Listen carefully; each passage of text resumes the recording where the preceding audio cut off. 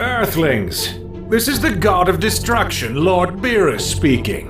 I'm wasting precious time here instead of napping to speak to you all, so listen up. Next time I visit Earth, I'll destroy the entire galaxy if this podcast isn't to my liking. Or if you don't give me as much dessert as I want. And as for that wasabi, it's disgusting. Anyhow, I hope you all enjoy this Dragon Team Games podcast, which you have me to thank for its existence. Now I can take my nap.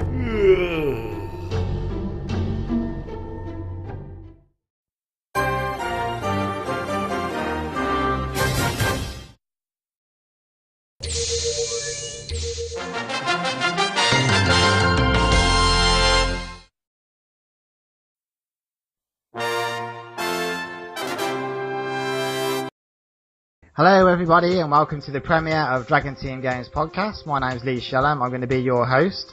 For those of you that really don't know me, which probably will be the majority of you, I'm currently a UK moderator for the official Bandai Namco Entertainment platform. And I'm joined by my very good friend and my co-host, someone that you'll all know very well from within the Dragon Ball Z community and games community of course, Mr. Treevax. Hello everybody. I'm not that well known. People that spend a lot of time on the forums and communities maybe know about me, but the rest of the community doesn't know me. Then maybe I should try and introduce myself. I'm moderator on the French community and international community on Facebook and the Bandai Namco official platform. Here. We're going to be looking at today's topic, which is Dragon Ball Xenoverse. Yeah, of course. Which is a game that completely is something fresh. It's a new look. It's a very new, fresh outlook and take on the Dragon Ball universe as a whole. In this game, we got quite a lot of new features. Some features returned, obviously character creation returned, but this time we had new options. We weren't just able to create a Saiyan, we were able to create a human, we were able to create an Namekian, obviously a Frieza race. And the direction of the game is completely different because the previous years it was very focused on the existing content of Dragon Ball. It was focused on the main story, and this time you play yourself and the complete game is around your character. And you play yourself and you go inside the Dragon Ball story. And I think it's, as you said, it's completely fresh, but it's something that was pretty requested, actually. Yes, I can imagine. I think a lot of the ideas, as we've known, we'll say some of the ideas, I think it's fair to say, we see a lot of similarities to the old MMO game called Dragon Ball Online, which was actually, I think, it was made in Korea or Taiwan. It was produced, if I remember well, yes. Most of the designers of the game were from Korea, and Akira Toriyama participated too, if I remember well. I think he made a lot of character designs. Not all, because if I remember well, Mira and Towa were not drawn by Akira Toriyama, but by the design team. Yes. But he made a big lot of outfit drawings for the game.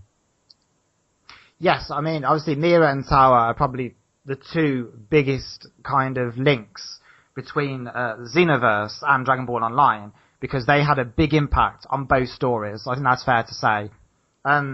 Well, actually, whilst we're on talking about the story, I'd like to actually discuss it in a little bit more detail. I don't want to obviously go into too much detail, but just to kind of give people the general idea of the story. You play a time patroller who is summoned by Shenron at a request of Trunks to help save the Dragon Ball world and to restore the timeline to the way it was, because Towa and Mira are interfering with various battles because they want to gain the energy. Yeah, they're stealing the killies of their characters, and actually we have to say that even if we finished the story mode, there are still some things that are not explained, and it's it's opened for maybe a sequel, and I think it's very interesting to have that. Possible. They have opened some doors, but they didn't go through it at 100%. No. I think it's very interesting, and this new plot is fresh air, just as you said at the beginning. It's something very fresh, and people were looking for that. That's a good thing. That's a good thing because, you know, as much as I love the original story and I want them to do it, because I think the power of the new generation consoles that they have, you know, the PlayStation 4, the Xbox One, even again, they're starting to make games on Steam now for PC. So these kind of games, the consoles and the power that they have, I think that to do the story again, you know, in the next few years, I think that it will be incredible to see it with the graphics and the cutscenes that they're able to produce with the technology that they have now. Fingers crossed. Definitely, fingers crossed for sure. But as well as kind of the story incorporated into the game, Tower and Mira are trying to gain key energy because they want to resurrect a character. Obviously, we won't say it. You don't want to say maybe. I was just thinking maybe some people didn't play the complete game yet, and maybe they're listening to us in order to. We don't want to. Yeah, so we're exactly. Not but there are other characters that they've probably seen. Obviously, there's Supreme Kai of Time, and a new original character called Toki Toki. Toki Toki is the creator, I think, of time. I think that's how it works. And basically, he is the watcher of Toki Toki City, and as a whole, the Dragon Ball timeline. But, as I say, I don't want to go too much into it because it's spoilers, and I don't want to spoil it. And with this time around, too, we also had the Time Patrol. And that was something which originated from Dragon Ball Online. With Trunks kind of being the leader of the Time Patrol, and obviously looking towards the created character, which is yourself as a protagonist, would travel through the Dragon Ball timeline and would have to intervene in various battles. The old game, the old Dragon Ball Online game that finished a few years ago, it was really a MMORPG an MMO, how to say that, a gameplay too, because you were to play with your keyboard. It wasn't a fighting game at all. No, it was more like a turn-based Final Fantasy style Tales of game, wasn't it? It was that kind of battle, real-time battles they call it, I think. Yes, and you spend a big lot of time exploring gigantic places, and you were spending time exploring these places and fighting the animals and the creatures you met, and this is very, very different from what they made with Dragon Ball Xenoverse. Actually, we could say that Xenoverse is only focusing on ideas that were in Dragon Ball Online, and I think it's because we asked for this. Yes, I think that specifically all over the world, I mean, fans have always requested, particularly in the West, have always requested that Dragon Ball Online kind of be brought over, but it never happened. And as we know, unfortunately, it led to the servers being taken offline and the game no longer functions. Well, it wasn't very successful at the end, and I think they stopped it.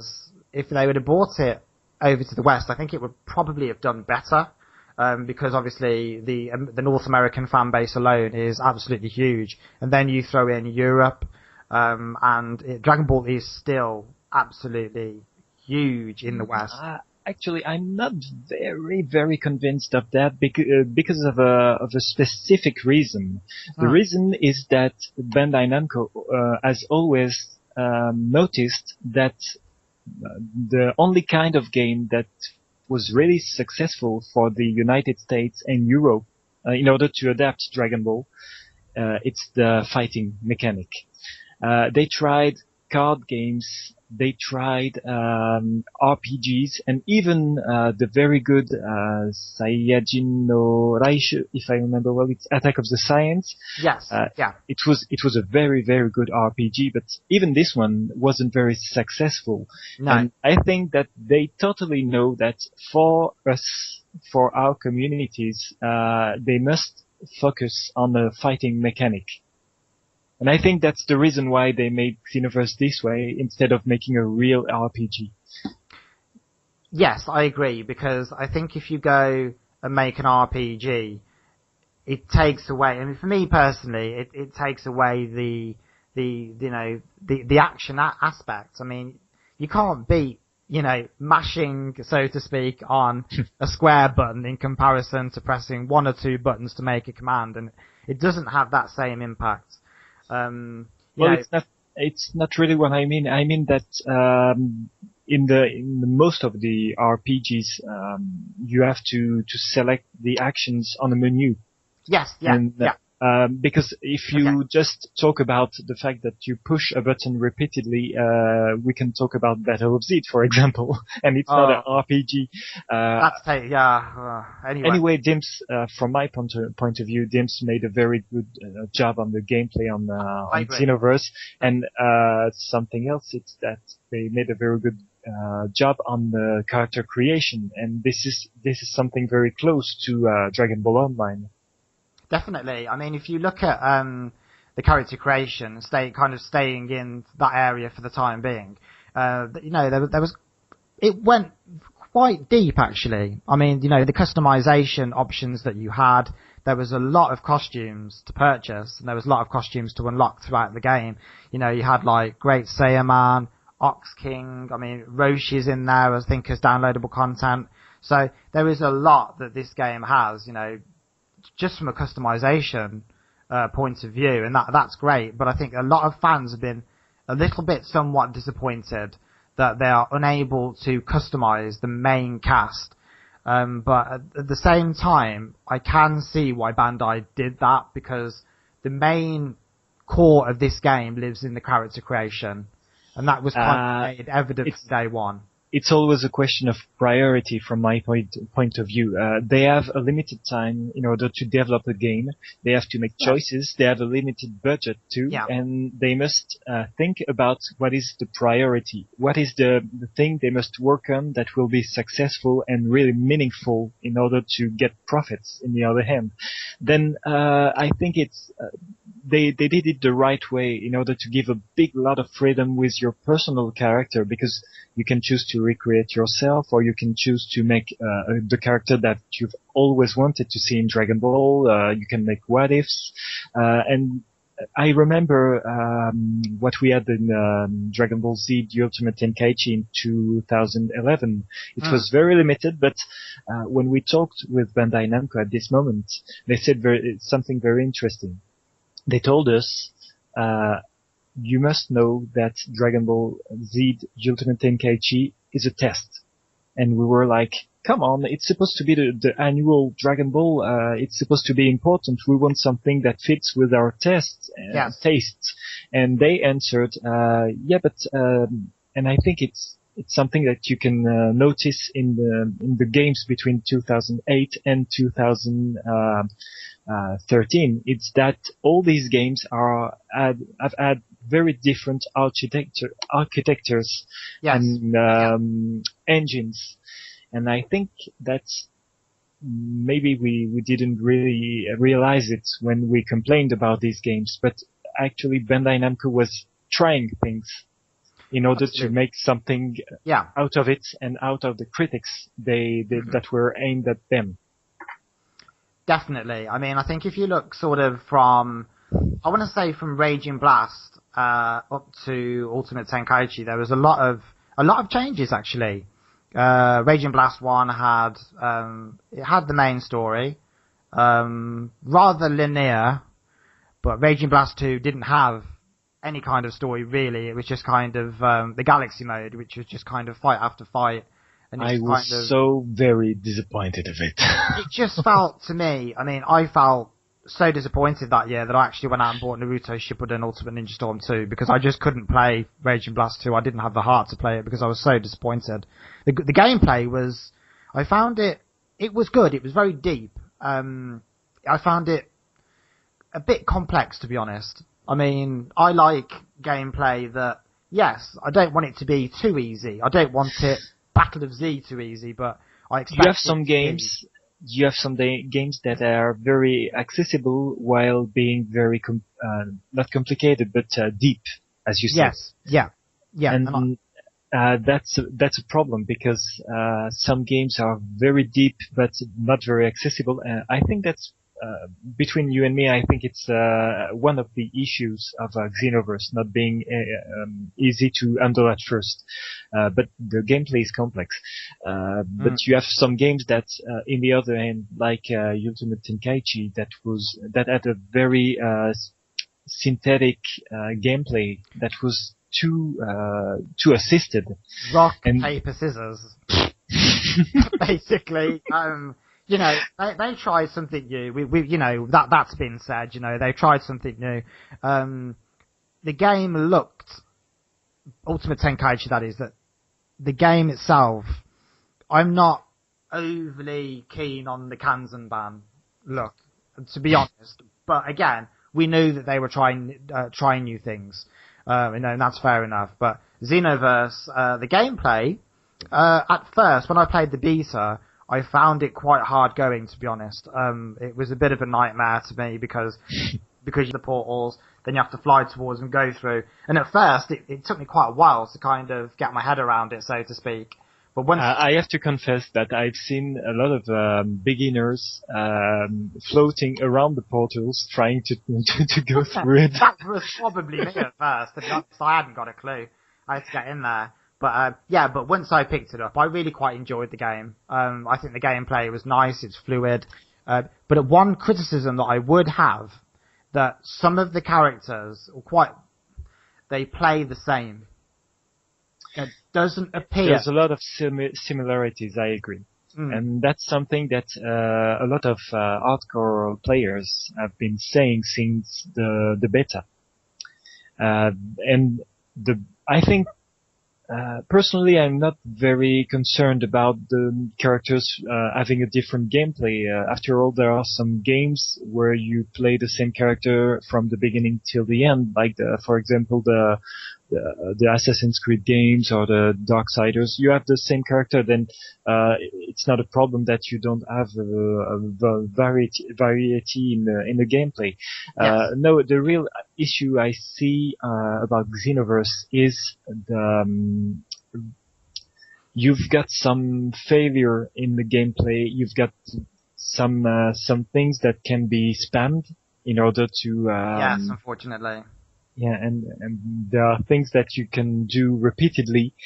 For example, as soon as you transform into a Super Saiyajin, you can spam the ultimate attack, and I think that's one of the biggest issue of the game with IA.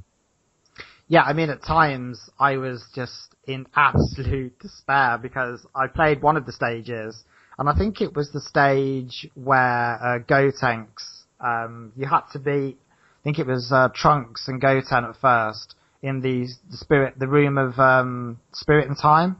Yep. And for whatever reason, I was just constantly being spammed over and over and over by Goten and Trunks and Super Boo, and it was just literally like, oh my god, please. There's one parallel mission where as soon as you arrive through the portal, you've got Goten, Goku and Gohan spamming ultimate attack at you. You just arrive and you take 3 ultimate attack at your face. That's just awful. I think it was the final parallel quest 55, I think, where you go through the time portal. And as soon as you get through the time portal, you're in the Supreme World of the Kais, Gohan does an ultimate Kamehameha at you. Yes, straight away. It's a huge Kamehameha, and you have to move immediately or else that's it, you're gone. You have to I have to say that I've always been a big fan of the DIMS games for Dragon Ball. I love the Budokai games. I love they were great. I love Burst Limit, especially for its graphics and the fighting mechanic. I liked Burst. But about Xenoverse, they have tried to make a big lot of things in a very limited time. There are things that are that are perfectly made, but there are things that they didn't have time to finish, and you can feel it. And artificial intelligence is one of them. When you're in front of characters that spam ultimate attacks at you, or that will do things that normal character is not supposed to do because of its limited stamina or ki, the computer is making it at you, and it's not normal. It shouldn't be. While your allied, your CPU allied, are just watching the scene. They're supposed to fight and give you a hand. It's like it's not finished. Exactly. I completely agree. I mean, there are things in the game which clearly have issues, but we know why they're there. It's obvious that they didn't get time to polish as much as what they wanted to. Well, it's kind of surprising from DIMS. They're supposed to be... it has always been like that. In one end, you have Spike, who is trying to make a lot of content, but not a lot of variety, and same gameplay for all the characters, etc. That's the first thing. And in the other end, you're supposed to have DIMS. For the Budokai and for Burst Limit, it's the proof. They're supposed to have a different character, different gameplay for every character, and a big lot of depth. And in Xenoverse, it's just like if they try to find a compromise between these two visions.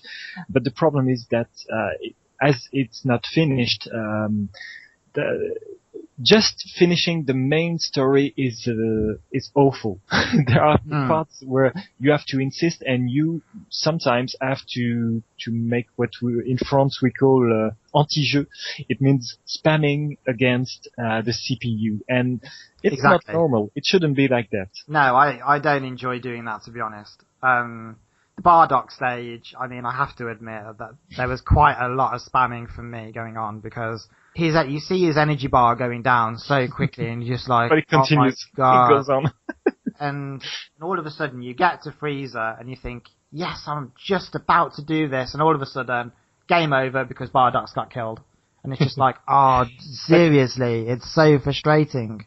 But it's kind of impressive to see that the game is pretty successful despite of its gameplay. Definitely. I mean, the gameplay, you know, I quite like the gameplay. I like the buttons. I like the way that it is. It's quite simple when you get used to it. You know, I said about the beta earlier on, saying that I found the beta quite hard going at first. But the gameplay, when I got used to it, it was absolutely fine. My only gripe is that a lot of characters seem to play the same. That's my only gripe. But then again, the game in that respect plays very similar to another DIMPS game from last year, which is Saint Seiya Brave Soldiers. Yes. Which we know this game was made in collaboration with Brave Soldiers. So that explains it, to be honest, why the game... Well, if I remember well, when Brave Soldier was about to be released, it was in July 2013, the producer, which was Ryo Mito, who took care of the Raging Blast and Tenkaichi games, was with one of the developer from DIMS. And if I remember well, the person who came is exactly the same than the one who came for Xenoverse as the developer. I think I don't remember his name. Ashino-san? Oh, yeah, maybe. Kishino-san. Kishino-san. Ah, yes. I think yes, it's indeed. Kishino-san. I think I it's could that. be wrong, but I think it's Kishino. And I think he is the project leader for DIMS on both games. There's a biggest dimension for Xenoverse because of the fact that you can fly. But as you said, you're spending a big lot of time aiming at your opponent and having a not very precise system in order to reach him. And that's the same issue in Brave Soldiers, indeed. Yeah, that's the thing, isn't it? You know, a lot of people don't realize that these games are kind of made side by side. So obviously, if you played Brave Soldiers like we did, then you played Xenoverse, you can see the comparisons in the gameplay. But like you said though, the big difference is that Xenoverse, you can fly, whereas obviously you can't in Brave Soldiers. And that's kind of a big difference really between the two gameplays.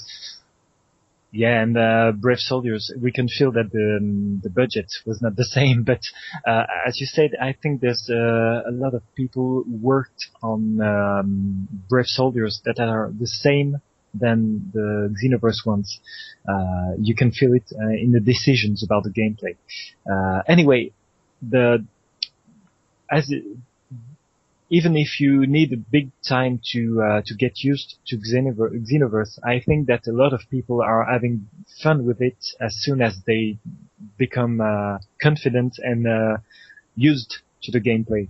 And I think that's something that we can notice right now on the servers, especially on the co-op missions, the cooperative missions, because in the versus mode, there's a lot of people using the spam systems, the lacks of the gameplay to abuse it and to fight this way. They will, unfortunately, they will do that. If you know, I think we've all gone online at some point, and we've all ended up playing someone that isn't interested in playing the game. They just want to throw spam. They'll go Super Saiyan 2, and then they'll just throw everything at you, and that's what they'll do. Unfortunately, I've seen it on that, in our Dragon Ball Games fan page on Facebook. The amount of people that say they're so frustrated, they don't want to actually play online unless it's against somebody that they know, because they know they're going to get spam attacked.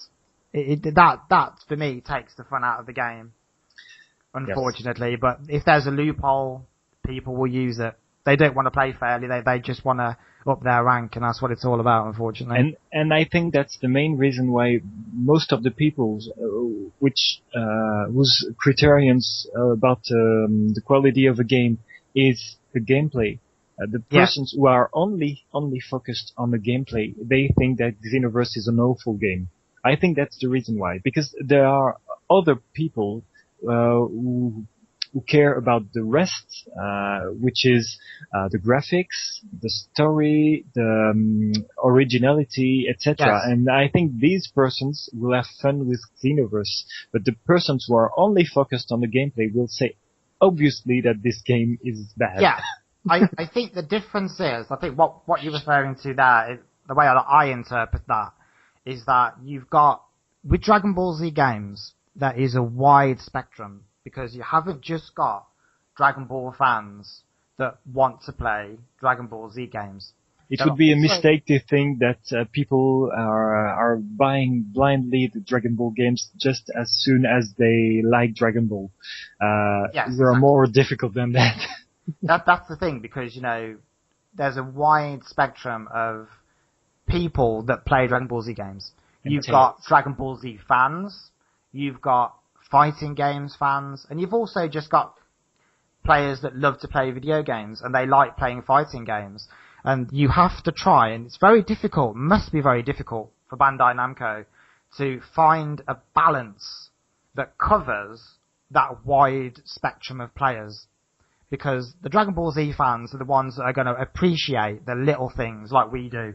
We appreciate the fidelity, we appreciate the battlefields. The farmer's truck being on the battlefield in Xenoverse. We appreciate that.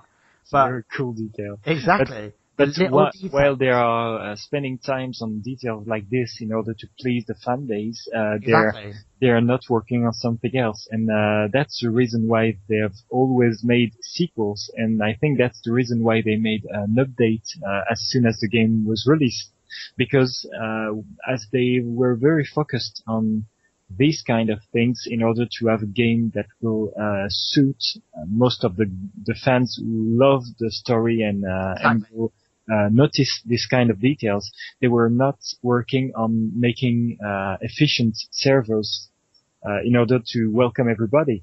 And this, I think that's the reason why the servers didn't work at the release of the game.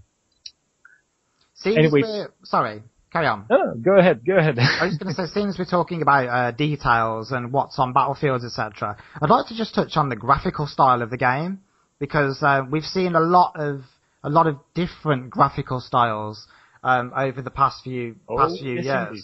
We've had cans and band covers. We've had sort of figures. Yeah, we've also had kind of a hybrid between anime and manga, which is what was intended with Battle of Z. And now we've kind of got I really don't know what to kind of make this kind of style, because it looks anime, but it's kind of a modern twist on it. I don't really know how to explain it. During the interviews, they said that they wanted to have that more modern touch. You can feel that they've tried to have that anime look that Yes. CyberConnect 2 is using for the Naruto games. Actually, the battlegrounds are pretty faithful to the original anime, and I think that very much so. they're even more gorgeous than the original anime from my point of view. Now the real not problem, but the real question is about the graphic style for the characters, because it's almost what we have in, for example, Battle of Gods. But you've got a difference between two shades on the skin or on the clothes. Yeah. It's a little bit blurry, and they've added a kind of shining effects on the characters. It looks like they're shining, and this is something that a lot of people really don't like. No. It's it's kind of a modern twist on an anime style look. Which is always great, because, Bandai have always insisted, Dragon Ball is an old anime and it needs modernization. We don't want it to look like 1987. I can completely agree. Some do. Some do. I mean, personally, I don't care if they do, because I think that would be great. I would love it to look like the way that it is originally intended, but Bandai would probably be scared that no one would buy the game, because it would look old. Because a lot, like I said, because the people that are buying these games aren't just fans, they would look at that and say, what have they done? It's not 1987, that looks terrible. But there's a way that they can do it that it won't look awful. You can always spin it. Naruto, obviously, is a modern anime, and I absolutely love those games. I love what CyberConnect 2 do with the Naruto series, and people that know me, like yourself, will know that I've always campaigned for CyberConnect 2 to make Dragon Ball Z games. Just give them one game. The fact is that I know a lot of people who would like CyberConnect 2 to take care of the graphic part of the Dragon Ball games. They're good at that. But I also know a lot of people who think that the Naruto gameplay is crappy. And they really don't like it, and they don't want CyberConnect 2 to take care of the gameplay of the Dragon Ball games, and I kinda understand why. As you said, the Naruto games are just gorgeous. The cutscenes are very dynamic, just like it's in Ashura's Wrath, that was developed by the same developer. But I think that about the gameplay, CyberConnect 2 may not be the best choice, and I think that DIMS is the best choice, but they need time in order to improve their products. After all, Xenoverse is only the first attempt of DIMS on this new franchise, just like Budokai 1 was the first attempt, and they reached completeness and quality, the best quality at the third episode, and maybe with Shin Budokai then, but I think they need time in order to improve their products. The graphic style, yes, from my point of view, Xenoverse's graphic style is not perfect, but it's very, very, very, very good. And actually, I'm spamming my share button on the PS4 in order to take screen caps. Yeah, I really love the graphics of this game. Yeah, I do. I really like the graphics as well. I think it's a nice spin. It doesn't look too far the other side. And what I mean by that is you've got two sides of the spectrum. You've got the one side which is, completely and utterly, against everything Dragon Ball. I mean, the Kanzen band for me, I didn't particularly like that much. And then we had Battle of the Z, which was, which is that they call a hybrid, but I really didn't like those graphics at all. The graphics of the battlegrounds was just awful. My point of view, of course, but Namek was just awful. It was very dark, and the place where you fight Uzaru Vegeta was very awful too. I really didn't like it. I didn't like those graphics. I mean, I don't like to talk ill of developers, but I found that the graphics, for me personally, looked like a PlayStation 2 game. I really didn't like those graphics at all. I found them very poor. Very poor. Well, there's a rumor saying that maybe Battle of Z has been initially developed for the PS Vita and was then adapted for the PS3. And that's a rumor that we've heard several times, and we don't know, but that could be one of the reasons why they didn't spend that much time improving the graphics for the PS3. Yeah, I mean, to be fair, I could see that. I could see where that would come from. I mean, to me, it looks a bit like, a PS2, PSP game, even, that kind of graphics. So it would make sense that if that was the case. And there's also the fact that this game was the first attempt of Ardynx on Dragon Ball. And we can feel like they are using a kind of engine that wasn't made for Dragon Ball. Personally, I really don't like it. I think it doesn't fit with Dragon Ball, and I think that's one of the reasons why they tried to make something that they were not comfortable with. And I think that it's a good thing that they didn't take care of the Xenoverse project, for example. And I think it's a very good thing that Bandai Namco took this project and gave it to DIMS. Definitely. Best choice. Yes, it was. It was really a great choice. I mean, we've seen the good work that they've done with it. A lot of fans really do like DIMS. Quite rightly so, because, they've created very memorable games, such as obviously Uchiyama-san's Budokai trilogy, which is, kind of the best Dragon Ball Z games probably to date. I mean, people like Sparking the bestseller ever, if I remember well.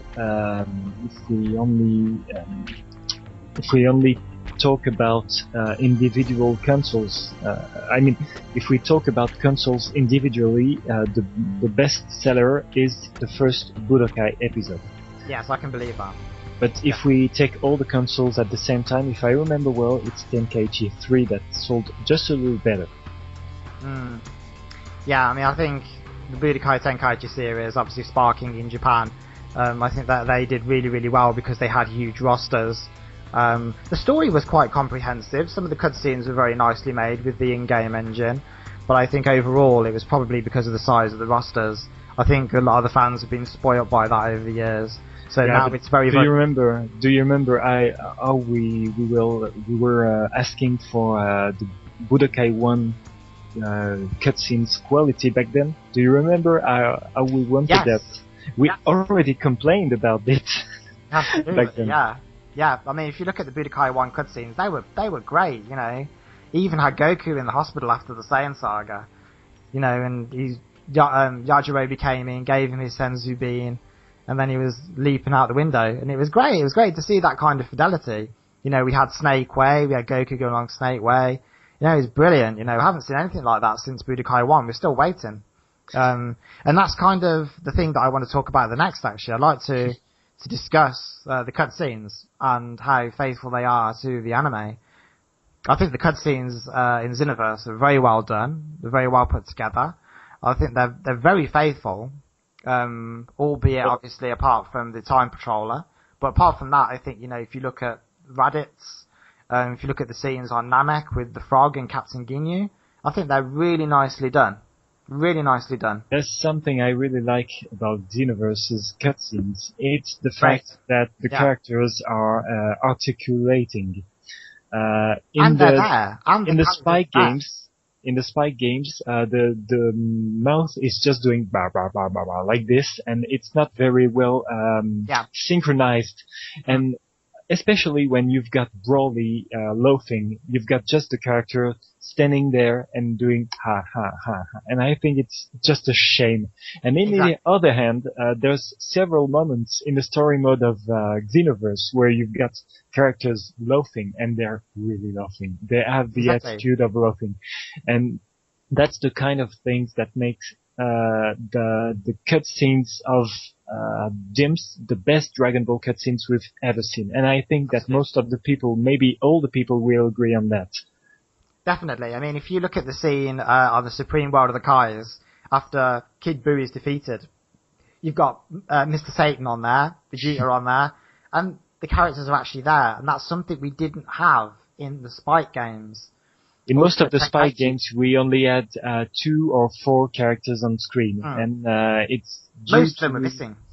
Yeah, most of them are missing, and I think it's due to a lack of capacity to to optimize the resources of their games. Because just take a single look at Raging Blast 2, where you could have big frame drops in local mode fighting a friend, when there were only 2 characters fighting. And in the other hand, you've got Xenoverse working fine on PS3.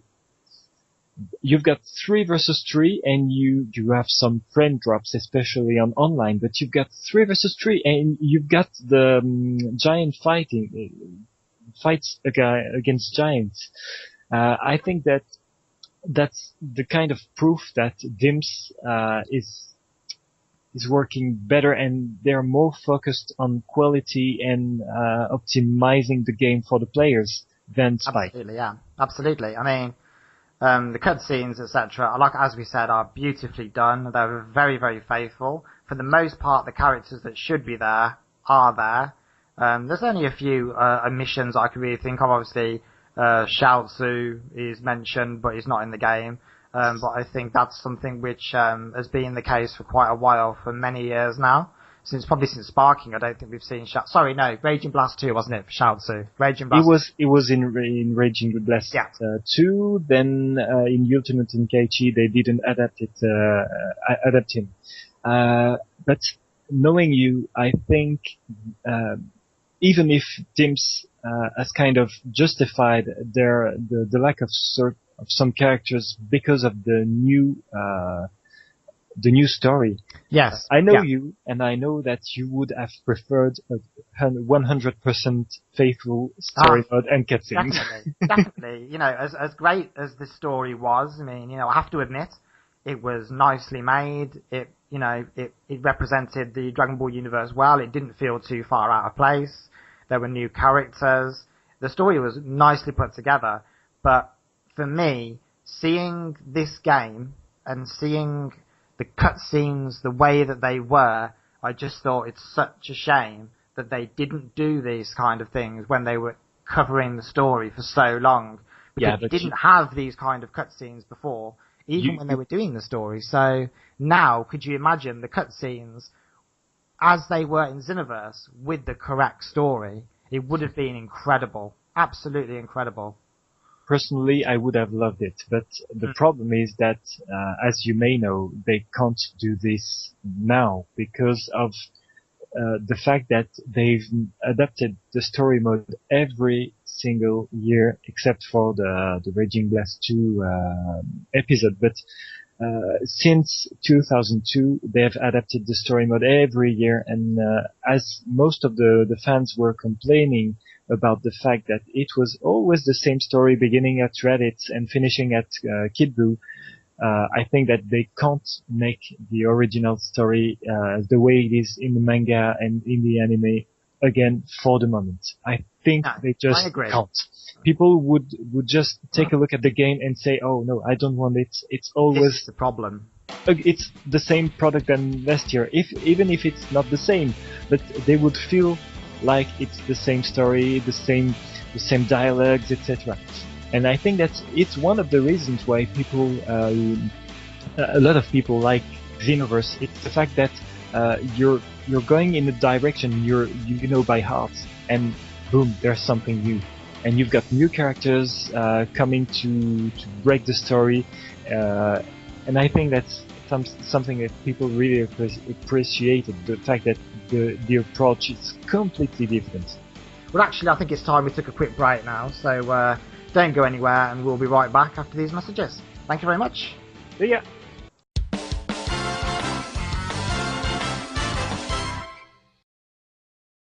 Peggy 12.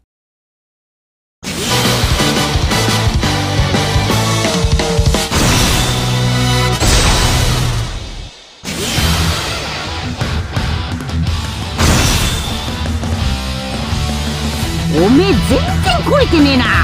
どうしようもねえバカなやつだ。やはり君はこの僕に殺されるべきなんだ。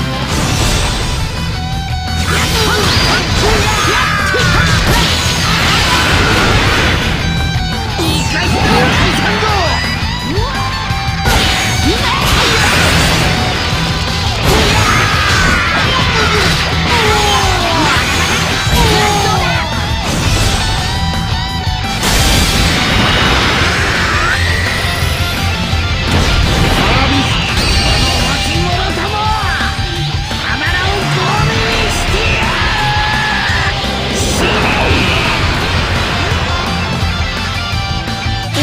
パターンとは芸のないやつ。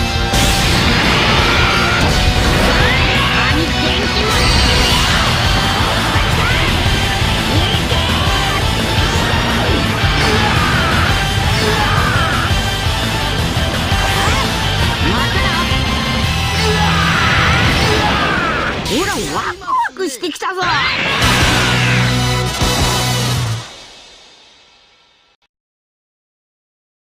Peggy 12. 俺はいつかこの一味にも負けない仲間を集めて世界一の財宝を見つけて海賊王になってやる。じゃあこの帽子をお前に預ける。俺の大切な帽子だ。いつかきっと返しに来い。立派な海賊になってな。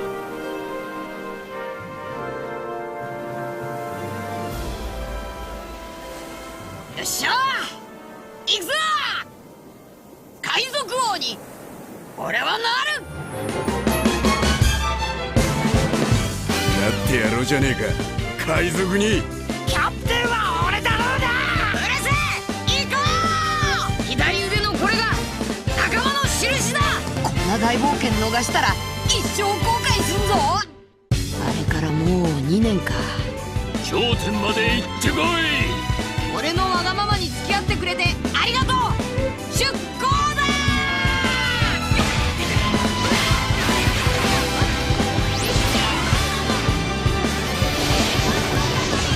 麦わらと俺に上下関係はない。記事通り同盟だ。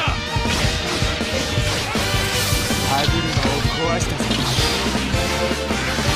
こいつでは称号剥奪で元帥の教育はどうなってんだ。目が見えるかどうかの次元じゃねえな。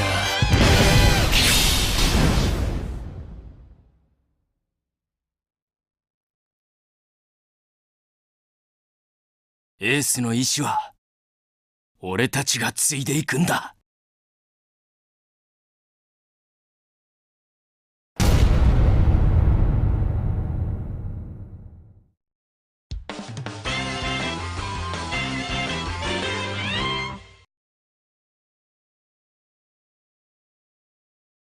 Hello everybody, and welcome to the second part of our show, the premiere of Dragon Team Games podcast.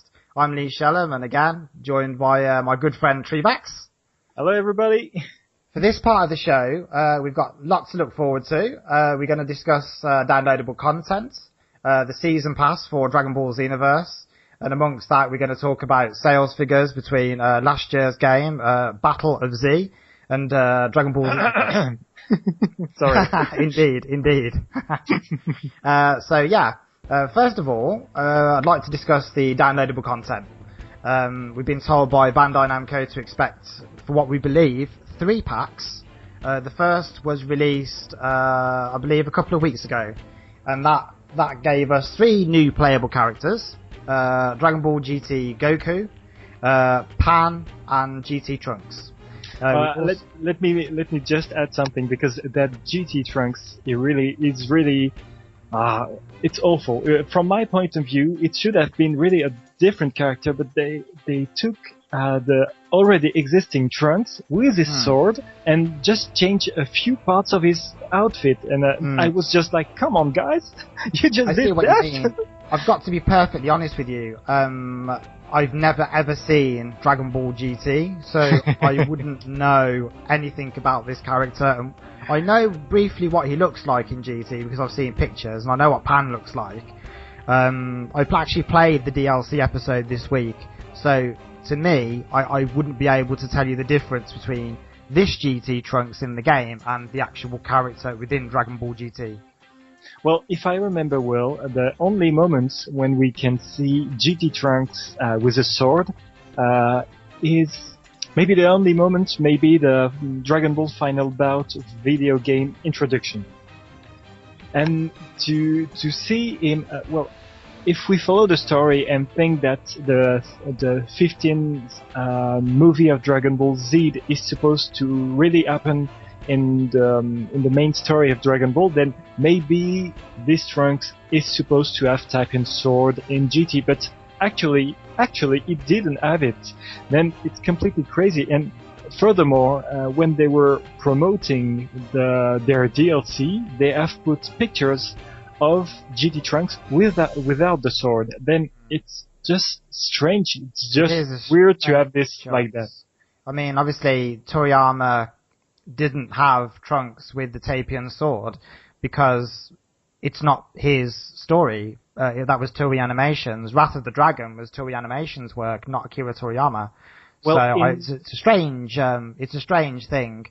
I'm not really quite sure why Bandai did this, but I'm assuming that they just did it because they were short on time. Maybe I honestly don't know. Not that it would have taken a lot of time really to remove a sword from the outfit, but I find that a little bit odd.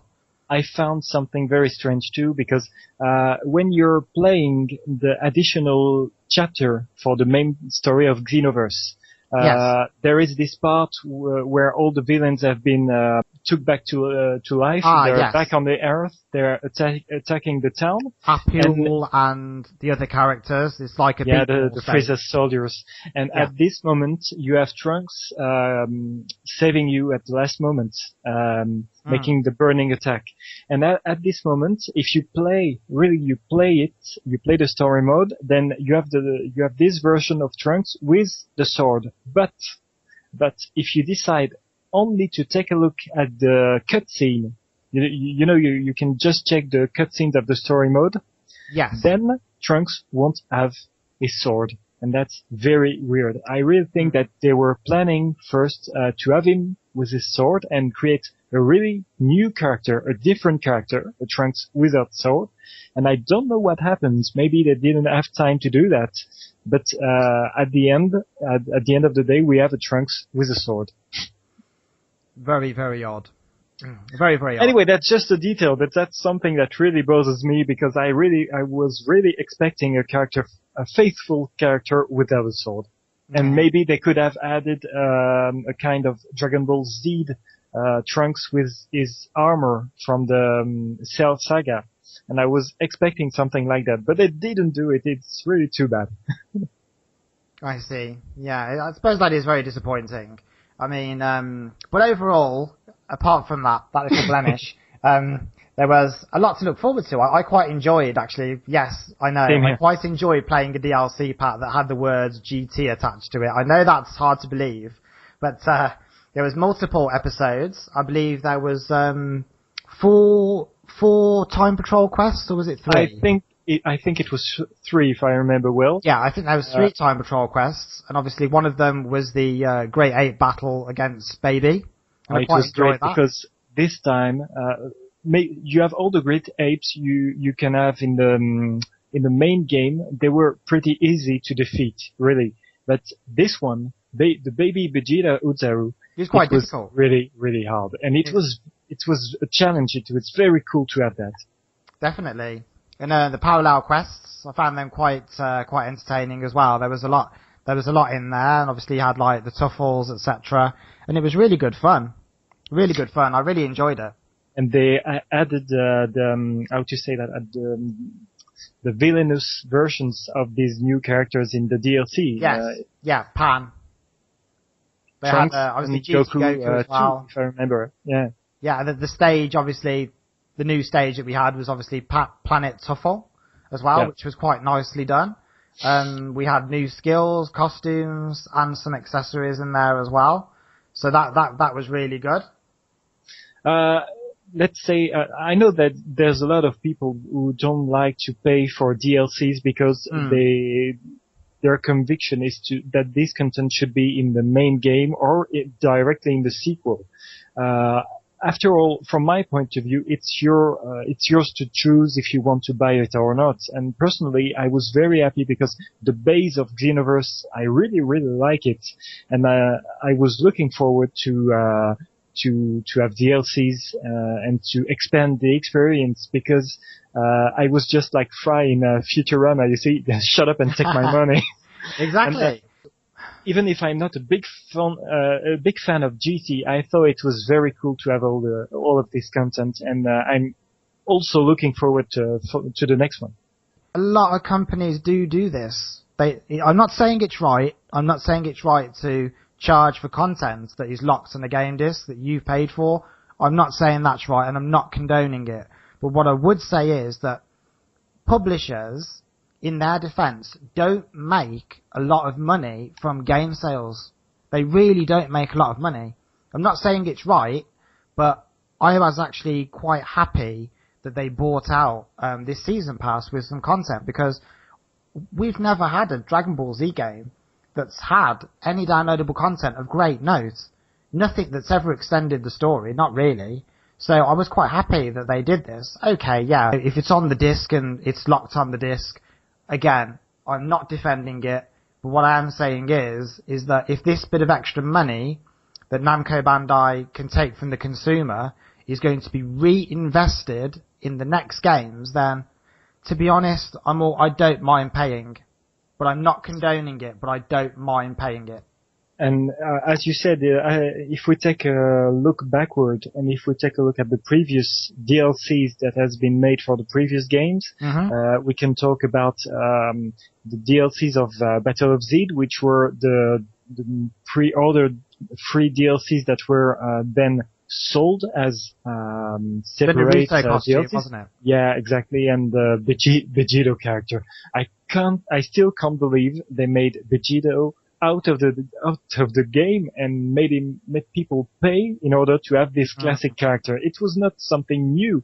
It felt really, it wasn't a good idea to do that. And previously, if I remember well, it was for Raging Blast 1 and 2 that they made DLCs, but it was, how to say that, free DLCs, in order to have different colors or different builds for characters, and it wasn't really what we can call DLCs.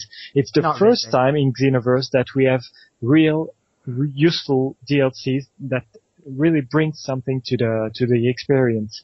Then maybe we can complain about the fact that, for example, Toei and Mira should be in the game because we fight them and we should be able to play them and unlock them as soon as we defeat them. It's pretty frustrating to have this content that should be in the game and to have to pay for it. But in the other hand, as you said, it's money that we can believe will be reinvested into the Xenoverse franchise, then let's complain about it today, because it's a good thing that they know we don't agree about this kind of work in order to have a content that should be in the game and being sold separately. Absolutely. But for all the rest, for all the other content, because they're in the second DLC part, there's not only Towa and Mira, there's a lot of other things. I think it's worth, really. Bandai Namco aren't the only company that are doing this. Let's be straight about that. You know, I'm not saying that the other companies that are doing it are correct to do it. Let's make it known that they aren't the only ones that are doing it, you know? And there's the fact that you've got other licenses. You've got, for example, the Tales of franchise. And for the Tales of, for example, there was Tales of Exilia 1 and 2, and if I remember well, they were making people pay around 6 or 7 euros in order to have just one outfit. Then, if you take a step backward and take a look at the Dragon Ball Xenoverse price and content of the DLCs, I think it's quite honest. Just my point of view. They've given us a season pass, which works out a lot cheaper if you were to buy the packs individually, which leads me on to talking about the next DLC pack, which is the second one that we're going to be due. And this is going to include Towa and Mira as playable characters, San Shenron and Su Shenron from Dragon Ball GT. You'll love it. Pardon? No, I said you're going to love it. It's GT content. You love GT content, bro. Yeah, I really will, won't I? Yeah. Well, actually, I've already said that the first pack, I did quite enjoy it. I still don't like Dragon Ball GT as a story. We're going to be receiving 3 Time Patrol quests, 3 Parallel quests, new Masters, GT Pan, and I believe there's going to be 5 Master Quests, 6 costumes, obviously Pan, Gogeta, Super 17, Mira and Towa, and perhaps one more, I believe, that hasn't yet been announced. Obviously, I don't want to at all speculate, so I'm not going to say anything. I don't want to, so I'm really not sure who that's going to be. Obviously, we're going to be receiving more signature moves. There's 24 apparently, so that's quite a lot, and 6 new Z Souls. So yeah, some really good content in there. I mean, and just let's hope this time they won't put Z Souls that will be open spamming, because there has been errors in the past, and there is, if I remember well, it was a Z Soul called Bwahaha. Yes, it was.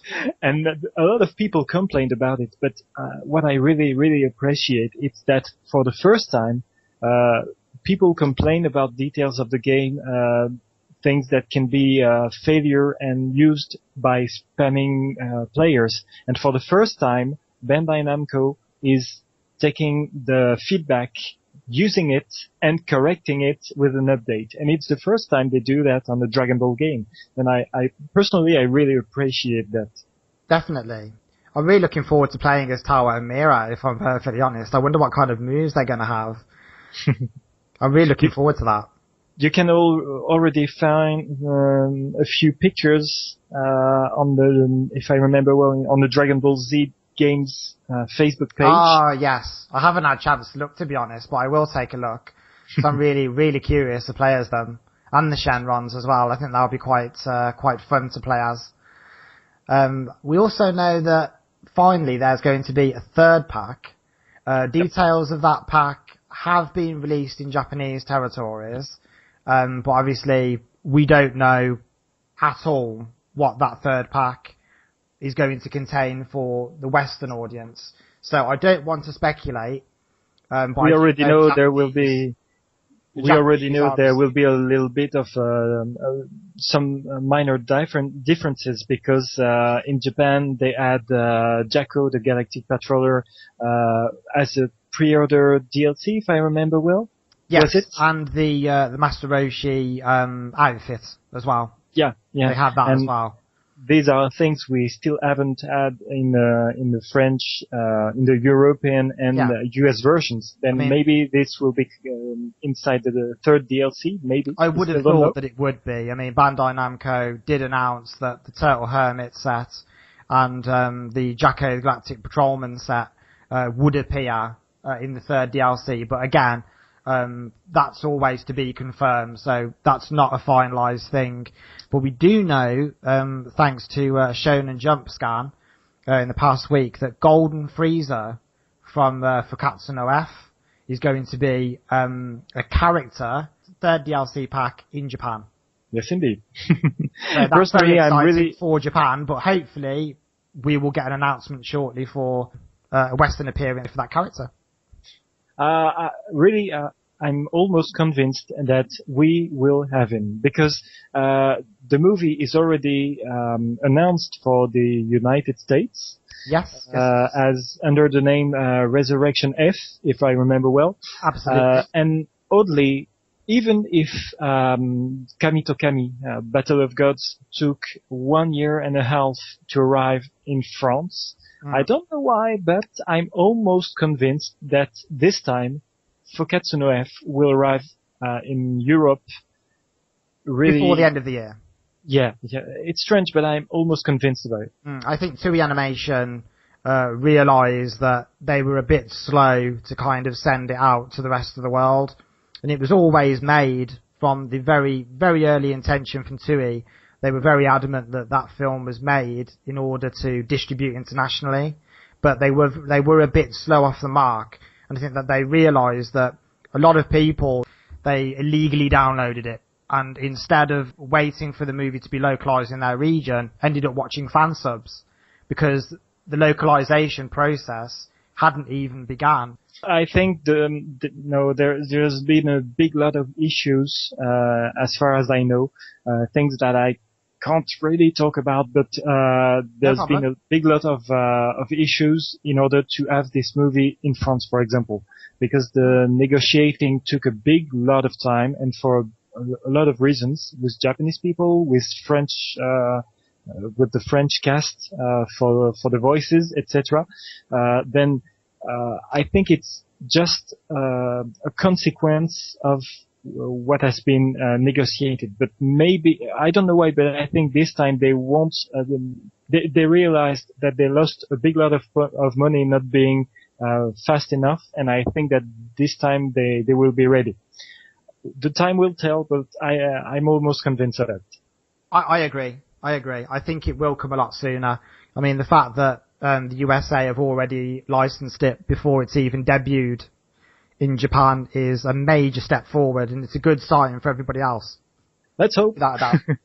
Anyway, it will be very cool to have this Golden Frieza pretty fast in France, because I think we will have him in April or May, maybe June. And it's pretty quick. It will be the first time in France that we will have the character this fast. Let me think. Battle of Zed, it was 2013, if I remember well. I think Kami to Kami was released, I think it was it March 2013, and Battle of Z was released in end of January 2014, I believe. 14, yes, indeed, you're right. Then the years are going by too quickly. Yeah, but in France, that means in France we between the release of the movie and the arrival of Beerus and Whis in a French video game, it took almost 1 complete year. Yeah. Because we still don't have the Dragon Ball Heroes games, unfortunately. Then this time it will be pretty quick. Maybe we will even have the character in the game before the release of the movie in France. Yeah, absolutely.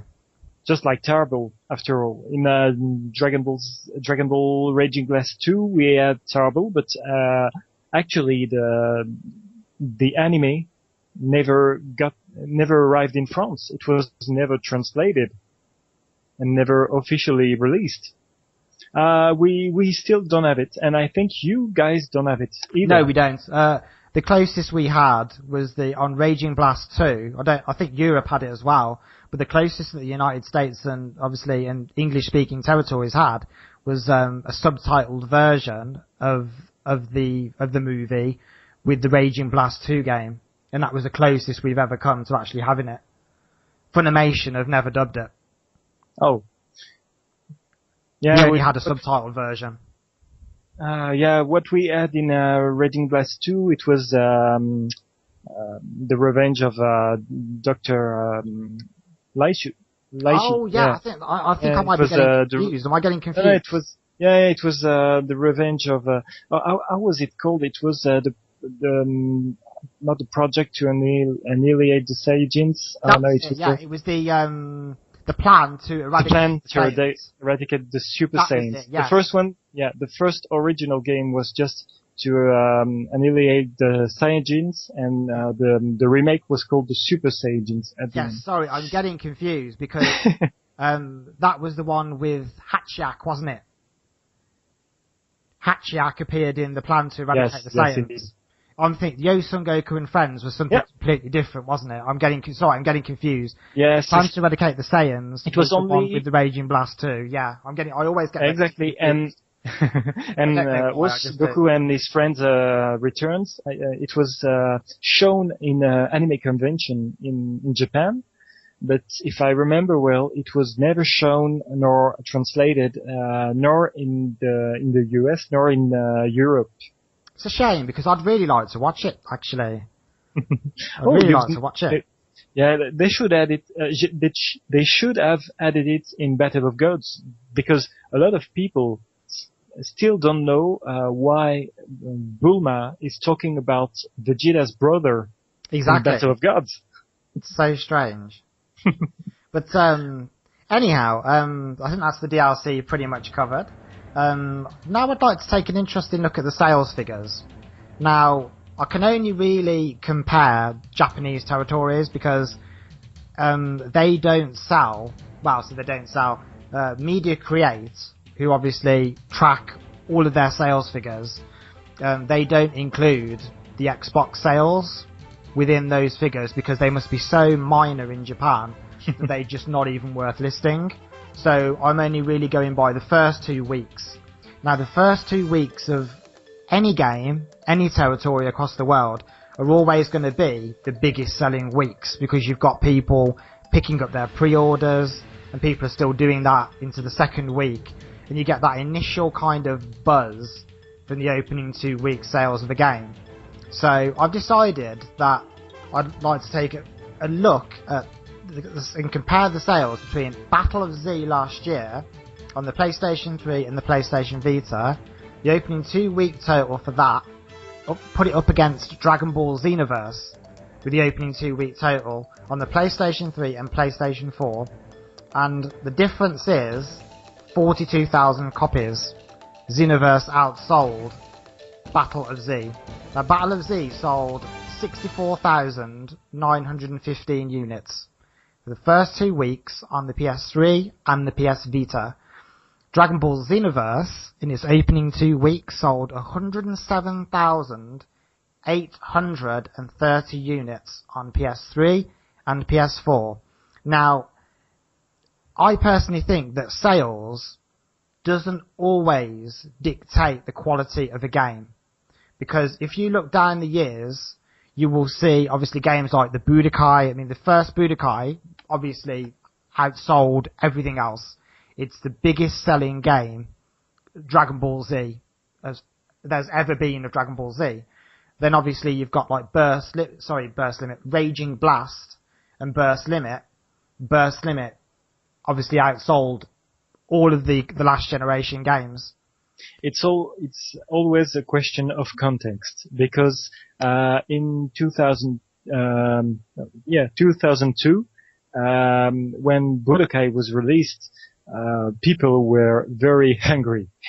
They didn't have a Dragon Ball Z game until 1997, if I remember well. It was Final Bout, and yes, and then it was 2003. It wasn't a wonderful game. Budokai, if I remember rightly, I was working in a game shop when that was released. If I remember correctly, it was 2003. Oh, for you maybe. I was talking about, because if I remember well, it was released in Europe first and then in the rest of the world. I'm checking right now. I'm checking because I thought it was 2002. I think in Japan, I think it might have been 2002, but I remember the game being released on the PS2 and the GameCube in 2003 in the UK. No, I got it. First it was on PlayStation 2 for Europe and the United States, and it was 2002. November, GameCube? Then November for Europe. No, I'm talking about PlayStation 2 first, because the GameCube, it was 2003. Ah, sorry, of course. Yes, yeah. And PlayStation 2, first released, it was for Europe and the United States in 2002, and then 2 months later in Japan in 2003, actually, for PlayStation 2. That's interesting. But anyway, that's what I meant. There was 5 years without any real big Dragon Ball games. The last one was Final Bout, and we have to be honest, some people really appreciate it, but some people thought it was slower than ever. It was not a wonderful game. Personally, I really enjoyed the opening theme, but that's all. I've seen it. It is very good, actually. And it's a question of context. It was very impressive to have all these cutscenes made by Dimps. It was the first time we had a really impressive and interesting, deep fighting mechanic with 3D fighters, and it was pretty fast. Then the context made it a success, and I think that in a certain way that's the same thing for Xenoverse. We have to be honest, it has been a long moment without any very, very good and content-wise big Dragon Ball game. And all the previous episodes, there was something missing. And Xenoverse arrives, and it's a revolution, because maybe we already said it in the first part, there's a big lot of issues with this game, but there's issues in every game.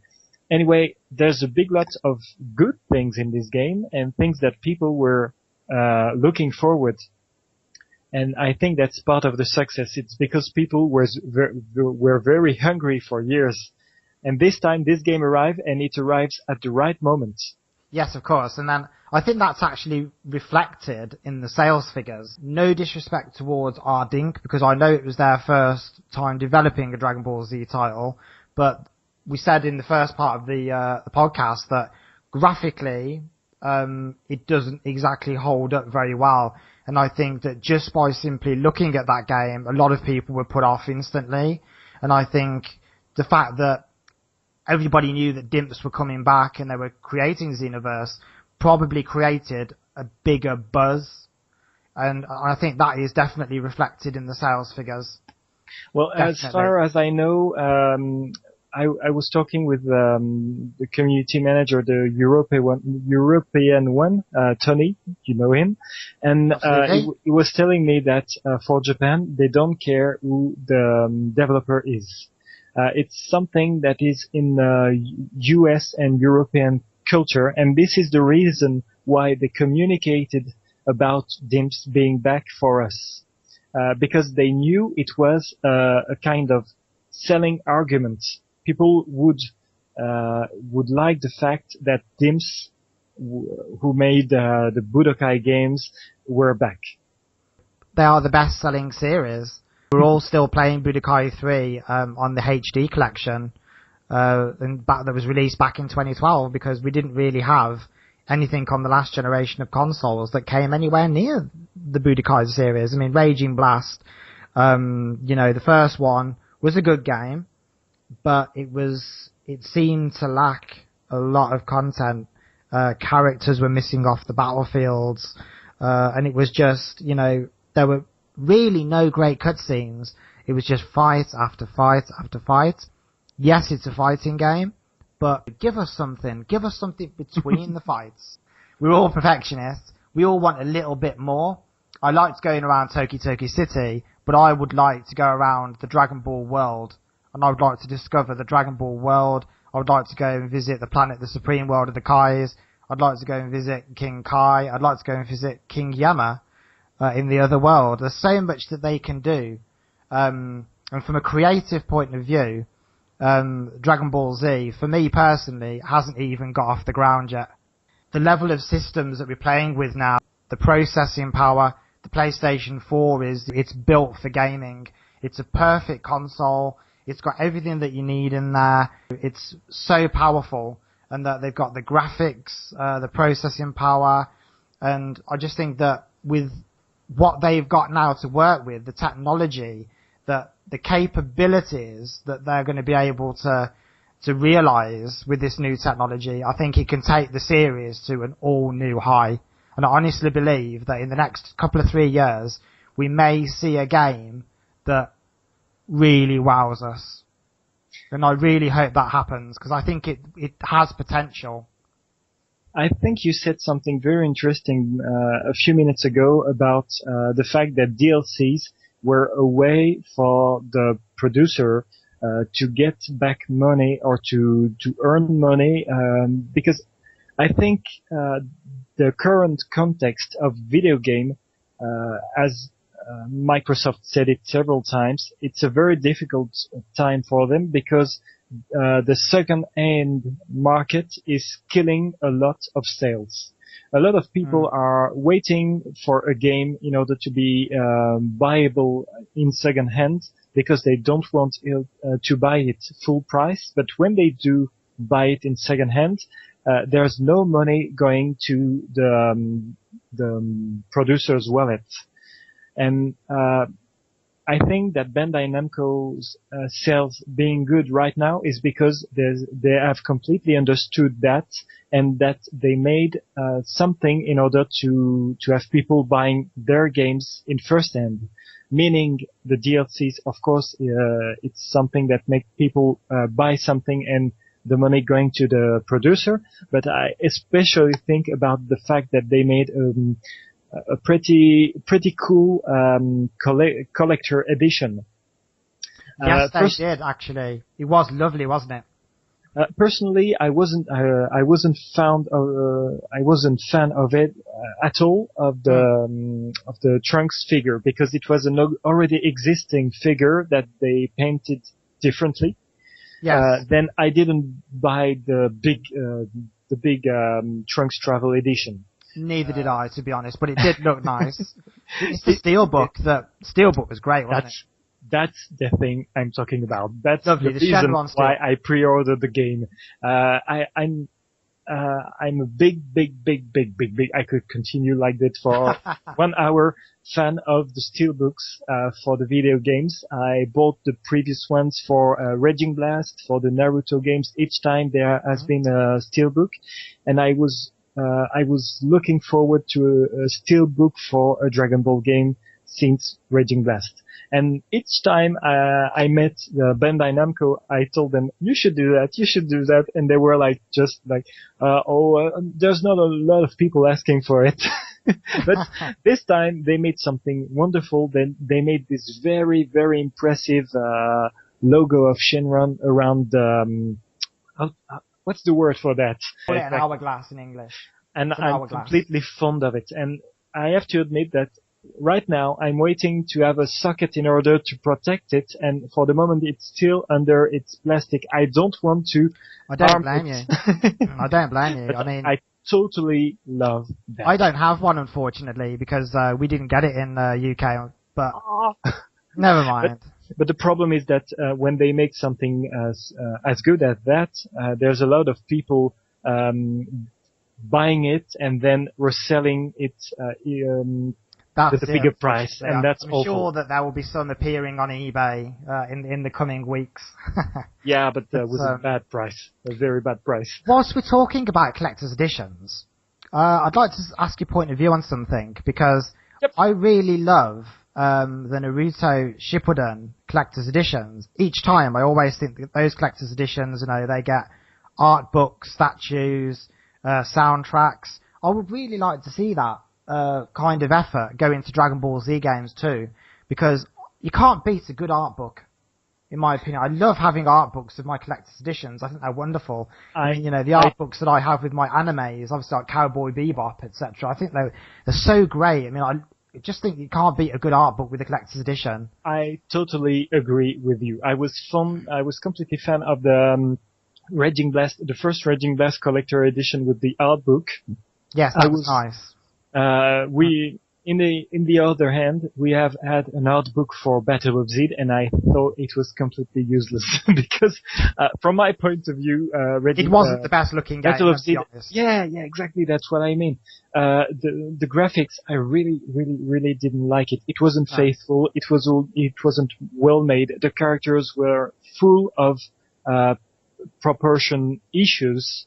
I really didn't like it. Then an art book about things that are not good looking, from my point of view, it's kind of useless. It's kind of frustrating. It seemed an odd choice. It did seem an odd choice. And that's the reason why I would have preferred a collector edition for Xenoverse with an art book. I totally agree with you on that. And about the background music, I have to agree that for years and years, I was really looking forward to have the original Shunsuke Kikuchi music in the video games. Yes, that's an issue that we will always have, unfortunately. Yeah, but unfortunately, I have to say that as Xenoverse brings a new adventure with new characters, I was alright with the fact of having new musics as long as they were good. And I have to admit that I think the background musics of Xenoverse are kind of cool. And I agree. It's frustrating to have background music special CD with the first Raging Blast and with the first Naruto Storm, but we don't have it with Xenoverse. No, I mean. Yeah, it's one of those that the issue will always be there with the Kikuchi soundtrack. But I know you're not a fan of Naruhito Sumitomo's work on Dragon Ball Kai Majin Buu Saga, but I, on the other hand, do quite like it, if I'm perfectly honest. I find it quite refreshing, and I do like it. And I would have no issue with Sumitomo working on the Dragon Ball Z games. I mean, he's going to be working on Fukatsu no F as well, and he also did do the Kami to Kami Battle of Gods one too. So, what did you think of his work in Kami to Kami? I thought there was some very cool music, but on the other hand, there was some things that I thought were too repetitive. For example, the Pilaf theme. I think it's and maybe it's a little too much childish and a little bit too Yamamoto-ish. If you see what I mean. I was fond of Kikuchi's music because it was very a little bit like a western, and there's a lot of moments in the original anime when you have a character in front of another one, just like the first time Goku is in front of Frieza. The scenery is completely westernish. You're just like in a street of a small town in the United States at the 19th century, and I think it's brilliant to have put music just like that. And I love the fact that Kikuchi only used orchestral versions, and that's something I miss in the new music. What did you make of Yamamoto's soundtrack for Kai? Obviously, we know the reasons why that got removed, etc. And there was a big falling out between Yamamoto and Toei Animation. But do you prefer that to Sumitomo's work? I think that Yamamoto's work, if we forget about the plagiarism, what he made on Kai wasn't half bad. I thought it was pretty cool. But especially when he was teaming up with another artist, like when he made the character songs with Vegeta's Seiyu, Cyan Blood, or some of the songs. I thought it was pretty cool. Yes, indeed. I thought it was pretty cool, and I'm very disappointed that this plagiarism issue made these songs not being in the French version. It's a shame.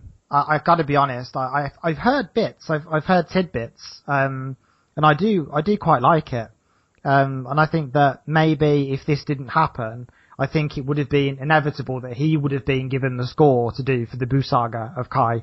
But as I said, I mean, it's all down to taste. I mean, I quite like Sumitomo's work, and I don't have an issue with it, but I do know that I'm in the minority on that because a lot of the fans in the forums which I visited have been quite vocal that they don't like some of the tunes.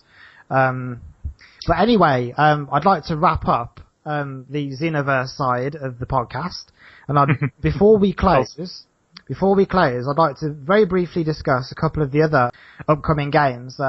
Tales of series, it celebrates its 20th anniversary this year, and Namco Bandai have promised some major surprises and some amazing news over the coming months. So if you're a Tales of fan and you're really looking forward to Zestiria, there currently is no release date for it. We only know that it's coming 2015. But from the looks of it, and certainly what's the sounds that they're making, there's going to be some surprises. So the Tales of fans can really look forward to those surprises. I'm really, really excited about One Piece Pirate Warriors 3. People that know me will also know that I'm quite a big One Piece fan.